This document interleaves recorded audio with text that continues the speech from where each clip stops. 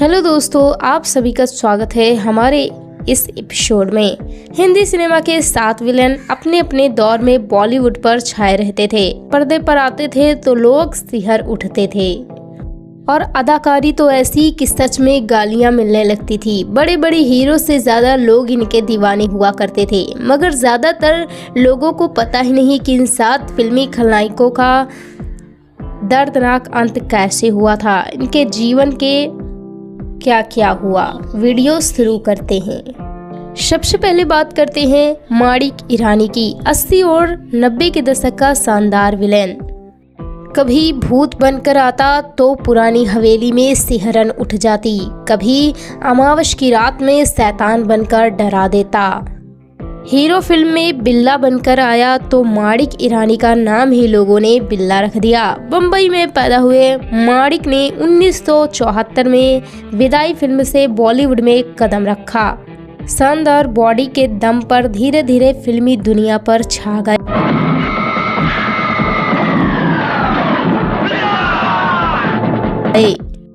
Vishwanath, mister Natwarlal, शान और hero जैसी फिल्मों के बाद करियर ऐसा चमका कि हर साल 10 से 12 फिल्में करने लगे।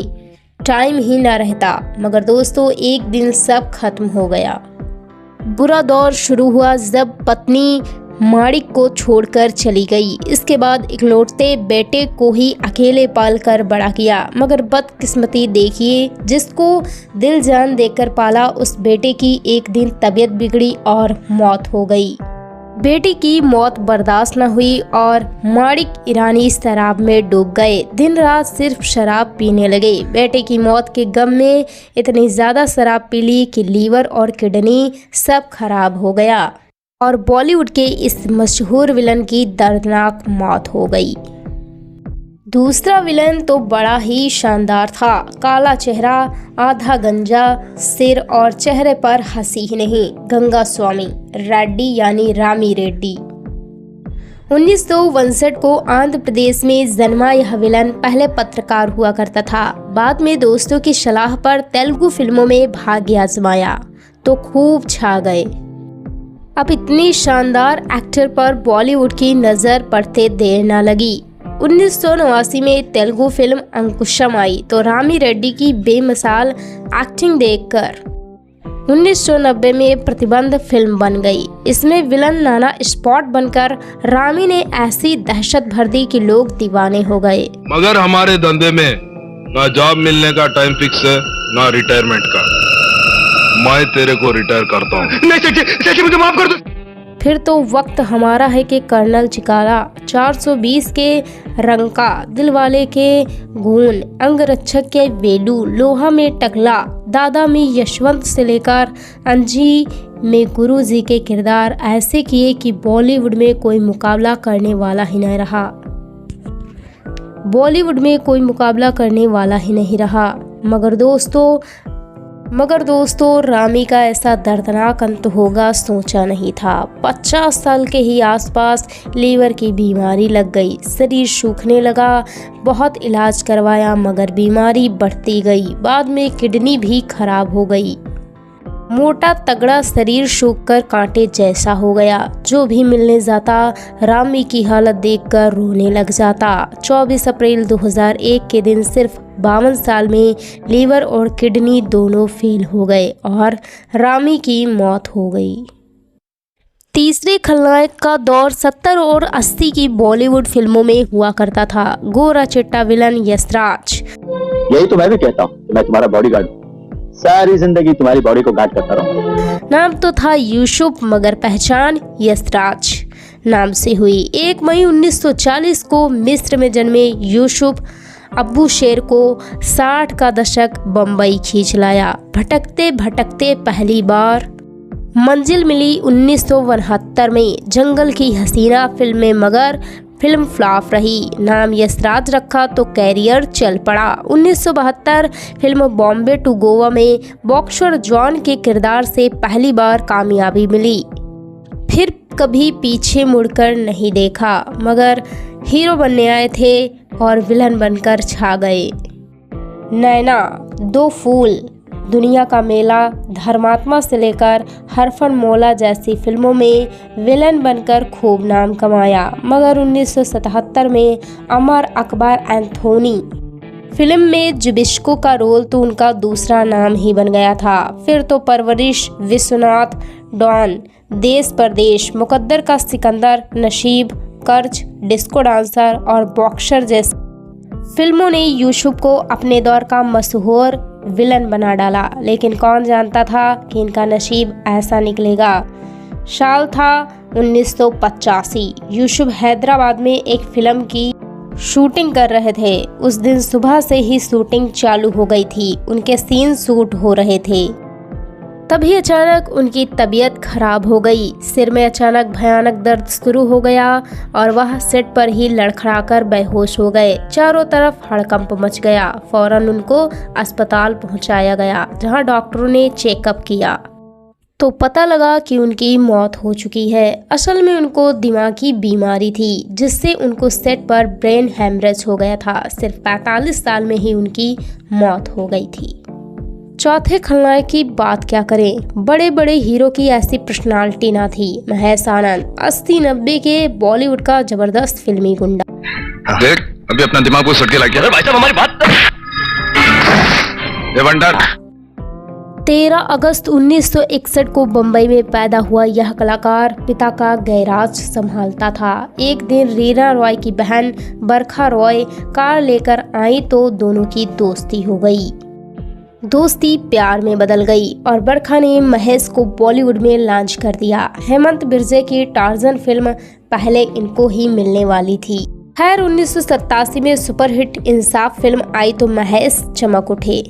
फिर तो इन्होंने कई फिल्मों में देखा। बुरे किरदार में कभी शहंशाह में गली का गुंडा बने दिखे तो कभी संजय दत्त की गुमराह में रैंक फाइटर, गंगा जमुना सरस्वती, सोने पर सुहागा, कब्जा, हथियार, इलाका, मुजरिम, तूफान, विश्वात्मा जैसी फिल्मों से बॉलीवुड में नाम हो गया। मगर महेश आनंद के साथ क्या हुआ यह जानकर आप चौंक जाएंगे।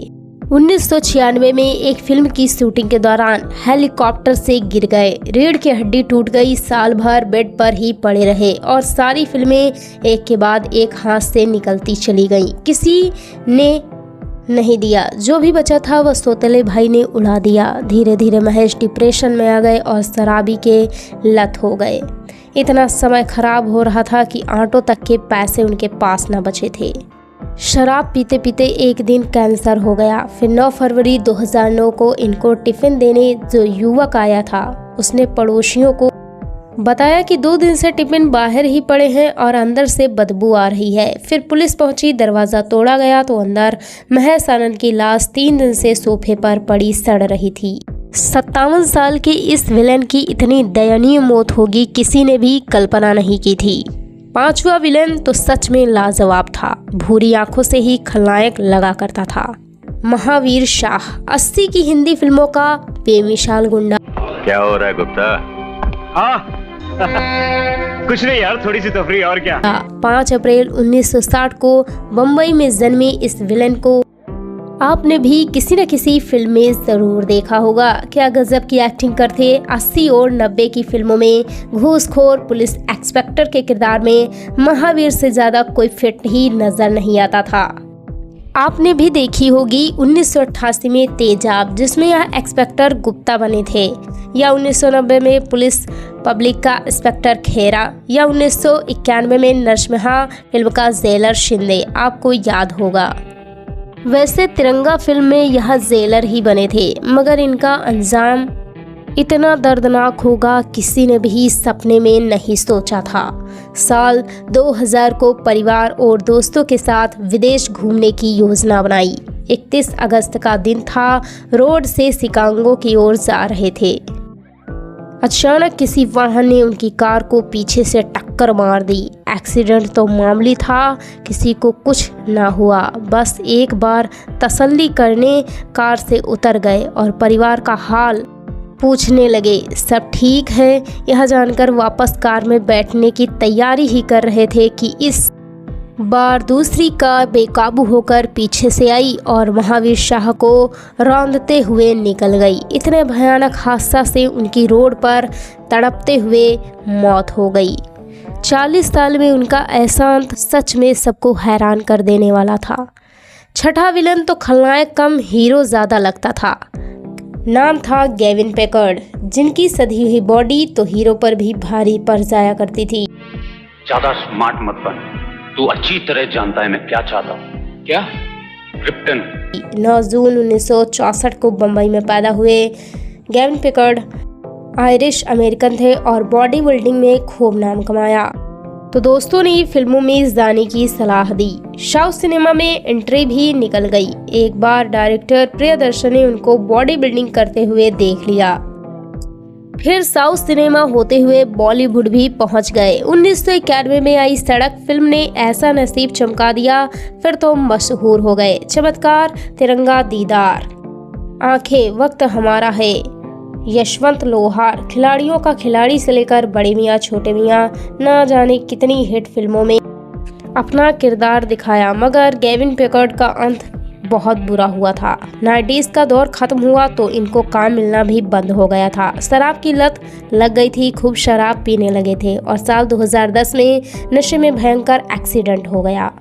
हादसे के बाद उठने के काबिल ही ना रहे और बिस्तर पर आ गए। पत्नी छोड़कर चली गई। ऐसी दयनीय हालत भाई से देखी ना गई तो अपने घर ले आया। बस गेविन पैकर्ड पड़े पड़े अपनी मौत का इंतजार करने लगे। 18 मई 2012 को तबीयत ऐसी खराब हुई, जब तक कोई अस्पताल ले जाता उनकी तड़पते तड़पते मौत हो गई। मौत भी ऐसी गुमनाम कि बॉलीवुड का कोई भी कलाकार झांकने तक नहीं पहुंचा। 7वें खलनायक का दशक नहीं दौर हुआ करता था। अमरीश पुरी, जिनके जैसे विलन हजारों साल में शायद एक बार ही जन्म लेते हैं। मुझे तो ये जोकर नजर आता है। कोई बात नहीं, श्रीकांत तो रोते रोते मरेगा और ये हंसते हंसते। आंखों का इशारा ही अदाकारी करने लगता। मुगम्बो खुश हुआ, क्या बोला, पब्लिक ही खुश हो गई। तांत्रिक सपेरा बनकर बीन क्या बजाई, लोग रोमांच से भर उठे। 22 जून 1932 को नवे शहर पंजाब में जन्मे।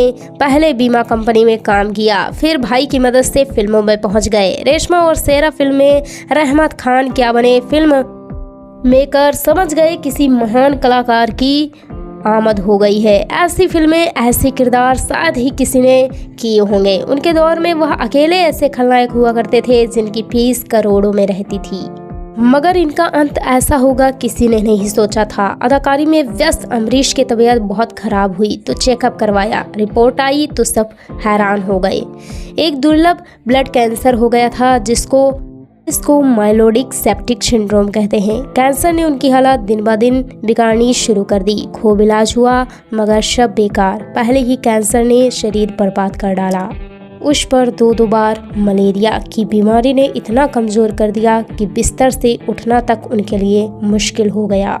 कमज़ोरी इतनी आ गई कि 2005 में बाथरूम जाने के लिए उठकर चलने लगे तो चक्कर खाकर फर्श पर गिर पड़े। सिर में गंभीर चोट लग गई। आनन फानन में अस्पताल ले जाया गया तो पता चला कि दिमाग में थक्के जम गए हैं। जान बचाने के लिए फौरन सर्जरी की गई, लेकिन सर्जरी के बाद वह कोमा में चले गए। कोमा में ही 12 जनवरी 2005 के दिन बॉलीवुड के इस महान विलन की मौत हो गई। दोस्तों, आपको इन 7 में से कौन सा विलन याद है? आपने इनमें से किसी की कोई फिल्म या किरदार देखा हो तो हमें कमेंट करके ज़रूर बताइए। ऐसी ही स्टोरीज को जानने के लिए आप हमारे चैनल को सब्सक्राइब भी कर सकते हैं। Thanks for watching.